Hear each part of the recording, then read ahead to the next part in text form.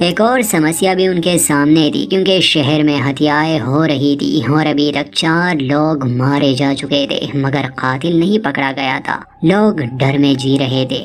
یہ case solve کرنے کے لیے ایک انسپیکٹر جس کا نام پرویب تھا اسے لگا دیا جاتا ہے، مگر سینیٹر کی ساتھی کا کہنا تھا کہ پرویب ایک پاگل سنکی ہے۔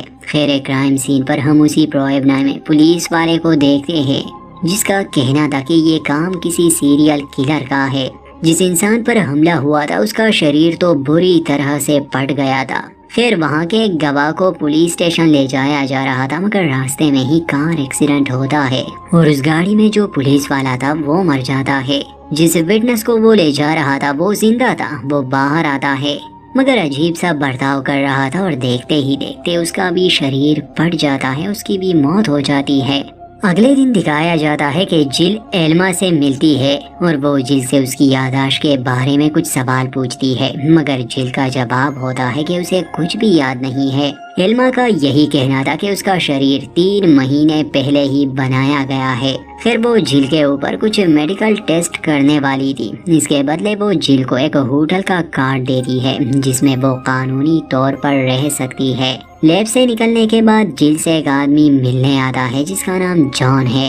اس کا چہرہ انت تک ہمیں نہیں دکھایا جاتا مگر کہانی کے حساب سے وہ جل کا سب سے قریبی ہے۔ اسے دیکھ کر جل خوش ہو جاتی ہے۔ جان کہتا ہے کہ میرا شریر پرتھوی کو نہیں اپنا رہا، میں دھیرے دھیرے مٹ رہا ہوں مگر تم یہاں آسانی سے رہ سکتی ہو اس لیے میں یہاں سے جلد جانے والا ہوں۔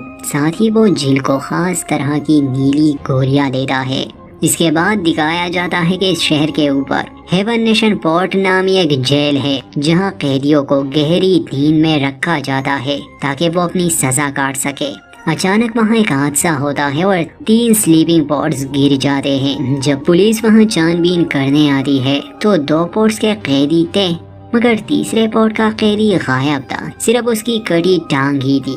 اب تھوڑی دیر بعد ہی ہارس ایک باز کے روپ میں برج پر آتا ہے اور وہاں کام کرنے والے لوگوں کو دیکھتا ہے۔ انسپیکٹر پرویب جب جانچ کرتا ہے تو انہیں پتہ چلتا ہے کہ ایک خطرناک مجرم کی لاش انہیں نہیں ملی۔ ہارس دیوتا پل کے نیچے چلا جاتا ہے اور اسی تیسرے قیدی جس کا نام نیکوپول تھا اسے اپنا چہرہ دکھاتا ہے۔ صرف وہی انسان تھا جو اس پورٹ سے زندہ نکل آیا تھا۔ ہارس اس کے قریب آتا ہے تو اس سمے نیکوپول اپنے ساتھ کچھ بڑبڑا رہا تھا۔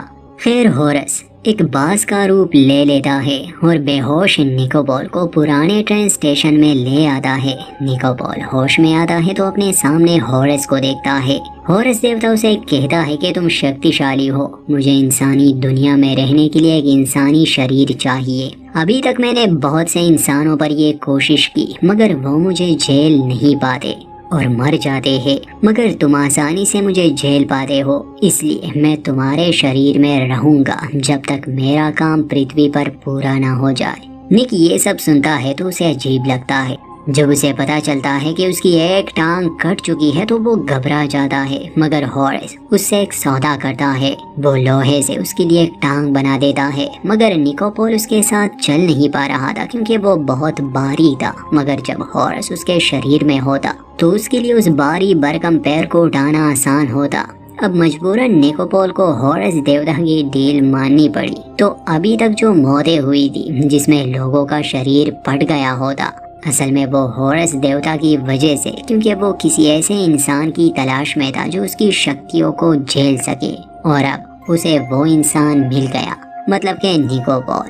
اب اسے ایک عورت ڈھونڈنی ہے جس سے وہ انٹیمیٹ ہو سکے، پھر ہارس کا پنرجنم ہوگا اور وہ واپس سے امر ہو جائے گا۔ مگر نیکوپول جو تھا اس کی 1 سال کی سزا بھی باقی تھی تو اسے چپکے سے اس شہر میں رہنا ہوگا۔ مگر اس دن کچھ ہتھیار بند لوگ نیکوپول پر حملہ کرتے ہیں اور اسے مارنے کی کوشش کرتے ہیں، مگر نیکوپول کے شریر کو چونکہ خود ہارس دیوتا نے پوزیس کیا تھا اس لیے وہ لوگ اسے نہیں مار پاتے۔ نیکوپول ایک اونچی عمارت سے چھلانگ لگا دیتا ہے۔ شروع میں اسے لگا شاید وہ مر جائے گا مگر جلد ہی اس کے پر نکل آتے ہیں اور ہارس اسے اڑا کر لے جاتا ہے۔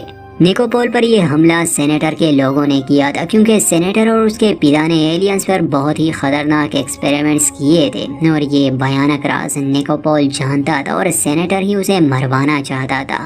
دوسری طرف جل کو دکھایا جاتا ہے جو ہوٹل روم میں تھی، وہ ڈھیر سارا کھانا لاتی ہے اور اسے عجیب طرح سے کھانے لگی۔ اس سمے نیوز میں انٹروجن زون کے بارے میں بتایا جا رہا تھا کہ وہاں کا تاپمان گر رہا ہے اور کچھ لوگوں نے وہاں سے بھاگنے کی کوشش بھی کی۔ یہ انٹروجن زون سینٹرل پارک میں تھا اور اصل میں یہی وہ دروازہ ہے، وہ علاقہ ہے جہاں سے ایلینز اس دنیا میں آئے تھے۔ جل اپنی میڈیکل ٹیسٹ ایلما کے لیے ریڈی کرتی ہے اور پھر وہ ایک ایسی جگہ جاتی ہے جہاں اسپیس سوٹ پہن کر وہ اسپیس میں پہنچ جاتی ہے۔ وہاں جان سے اس کی ملاقات ہوتی ہے اور جان اسے آگے کے انسٹرکشنز دیتا ہے۔ اصل میں وہ جان ہی تھا جس نے یہ انٹروجن زون بنایا تھا۔ وہ پرتھوی سے نہیں تھا، کسی اور گیلیکسی سے تھا، مگر اپنے لوگوں کو بچانے کے لیے اس نے یہ دنیا چنی۔ اس کا کہنا تھا کہ جل اسے 3 مہینے پہلے ہی ملی تھی انسانی شریر میں۔ انسانی شریر میں آنے سے پہلے وہ پیور انرجی سے بنی تھی، اس لیے خود جان بھی نہیں جانتا وہ کون ہے، مگر اسے پتا تھا کہ وہ بہت خاص ہے۔ ہورس دیوتا نیکوپول کو عورت کے بارے میں بتاتا ہے۔ اب دونوں ایک بار میں جاتے ہیں جہاں جل بھی تھی، نیکوپول بھی۔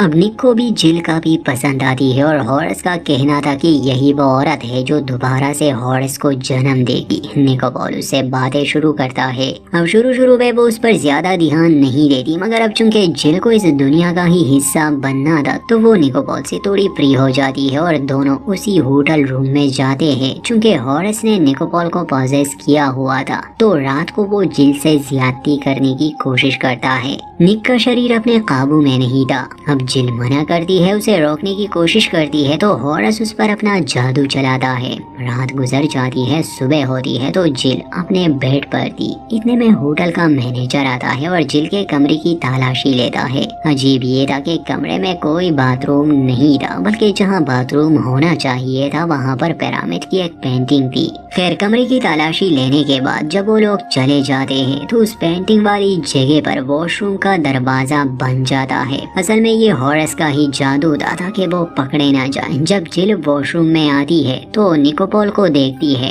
اور کل رات جو ہوا وہ اس بات کے لیے بہت غصہ تھی۔ وہ اسے مارنے کی دھمکی دیتی ہے مگر نیکوپول سمجھاتا ہے کہ دیکھو جو ہوا میرا اس میں کوئی دوش نہیں، میرا شریر کسی اور کے وش میں ہے، اور اسی کے ساتھ وہ اپنی سانس روک لیتا ہے۔ جل گھبرا جاتی ہے اور اسے وہیں چھوڑ کر نکل جاتی ہے۔ اس کے جاتے ہی نیکوپول سانس لیتا ہے۔ اس کی اور ہورس کی بات ہوتی ہے۔ نک اس سے ناراض تھا کہ اس نے جل کے ساتھ زبردستی کی، مگر ہورس کے پاس سمے کم تھا۔ اب کل رات جب جل اور نیکوپول اس بار میں تھے تو ایک جاسوس ان پر نظر رکھ رہا تھا۔ اس کی ایک آنکھ نقلی تھی جس سے وہ ریکارڈنگ کرتا تھا۔ تو جب وہ کار میں بیٹھتا ہے اس پر ایک ایلین کریچر حملہ کر دیتا ہے اور اس کی وہ آنکھ نکال دیتا ہے۔ اصل میں یہ ایلین کریچر ختم ہو چکے تھے، باقی دنیا کو یہی بتایا گیا تھا، مگر اصل میں سینیٹر نے اپنے فائدے کے لیے ایسے میوٹیٹڈ خطرناک ایلینز کو ابھی تک زندہ رکھا تھا۔ ایلما کے پاس جل کا جو لیکوڈ سیمپل تھا اسے وہ اس ایلین کریچر کو پلا دیتے ہیں، جس کی مدد سے وہ اسے ٹریک کر پائے گا اور آخر میں ختم کر دے گا۔ وہاں نیکوپول ہورس کو انکار کرتا ہے کہ میں تمہیں اپنے شریر میں رہنے کی اجازت اور نہیں دے سکتا، تو ہورس اسے ڈرا دیتا ہے۔ اگر ہورس نہیں رہا تو نیکوپول کبھی بھی لوہے کی اس ٹانگ کے ساتھ چل نہیں پائے گا، اور ہورس تو ویسے بھی ایک دیوتا ہے، نیکوپول ایک انسان، تو ہورس اسے چٹکیوں میں ہی ختم کر سکتا ہے۔ خیر دیوتا کے سامنے خود کو کمزور سمجھ کر وہ اور کچھ نہیں کہتا۔ دوسری طرف جل دکھائی جاتی ہے جو ایک لائبریری میں جاتی ہے اور وہاں انسانوں کے بارے میں کافی کچھ جان لیتی ہے۔ اصل میں جل اس سے پہلے انسان نہیں تھی بلکہ پیور انرجی سے بنی کوئی بینگ تھی، مگر اب وہ انسانی روپ میں ہے۔ جب وہ انسانوں کے بارے میں جان لیتی ہے تو اسے کافی کچھ محسوس ہوتا ہے، اور اب وہ واپس آ رہی تھی تو کوئی اسے کڈنیپ کر کے لے جاتا ہے، اس کے منہ پر وہی چیز لگا دیتا ہے۔ پھر وہ اپنے سامنے اسی ایلین مونسٹر کو دیکھتی ہے، مگر اس سے پہلے کہ وہ جل کو مار پاتا صحیح سمے پر ہورس پہنچ جاتا ہے اور ان سبھی کو مار دیتا ہے۔